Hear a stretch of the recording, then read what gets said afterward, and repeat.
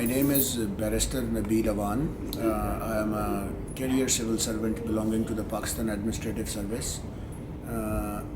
Regards the project that we have been talking about, I have been working on this project for 1.5 years in the Chief Minister Punjab's office.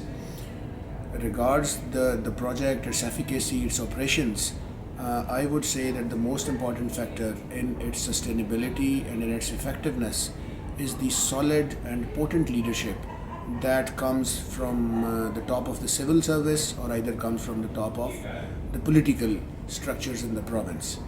In our scenario, the key factor and the most fundamental thing in strengthening this project in its initial phases and then sustaining it throughout has been the personality of the Chief Minister.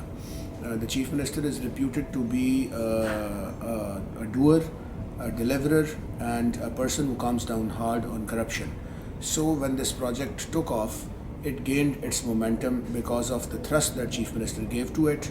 Chief Minister lent his voice for all the messages to flow to the citizens, and so in 1.5 years, we are now approaching around 10 to 12,000 citizens every day who have had received government service at around 14 different offices and departments. As I have already explained, the feedback from citizens comes in the shape of short message service messages, SMS messages as we know them, into a central database which is developed and which is maintained by the Information Technology Department of the Punjab government. In respect of certain messages where the message is very pithy or it relates to some specific complaint, we have got a call center from which calls are made out to citizens to get further details of whatever they have complained. When all of this data is analyzed, it is color coded into different patterns, like red color for complaints of corruption and other colors for other types of complaints, or a green color maybe for a positive and good feedback. The reports are generated on the basis of this color coding, and these reports are reviewed at least twice a week by a responsible officer, either in the office of the Chief Minister or in the office of the Chief Secretary. Usually at these two levels, these processes go on concurrently.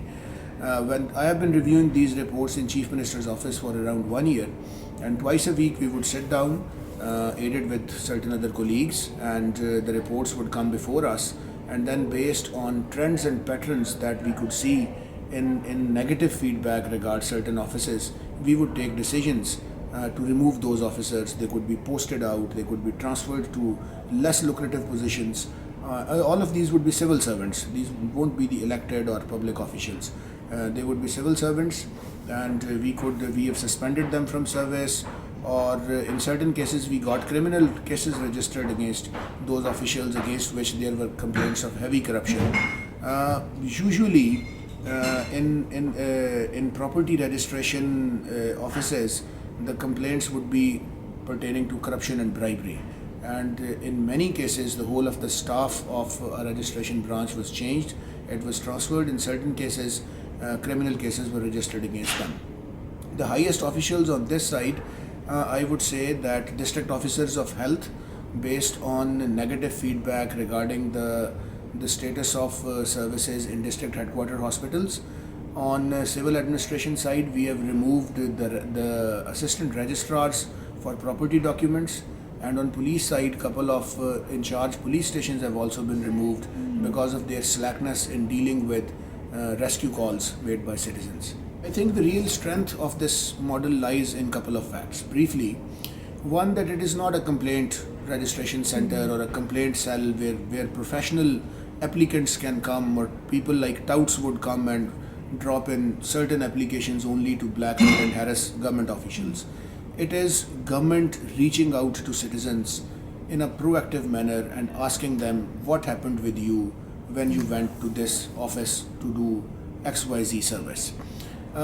This is something new, and our experience has been that people are generally truthful in speaking out their hearts and minds when they are asked about the quality of services they receive after they have received the service and transaction has been closed. Second, I think the use of technology gives us immense power to reach out to public in real time. Uh, Previously, it was unimaginable to see the chief minister's or chief secretary's office reaching out to a citizen after office hours who is living maybe in a desert 800 miles from the chief minister's office.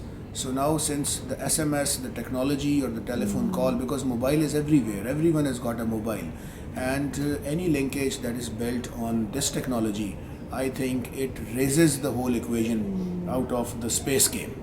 And we can reach out to people, we can connect with them, and the state can build a direct relationship with citizens on the basis of this technology. And this model, I think it is only a step to start this whole new generation of linkage between the state and citizens.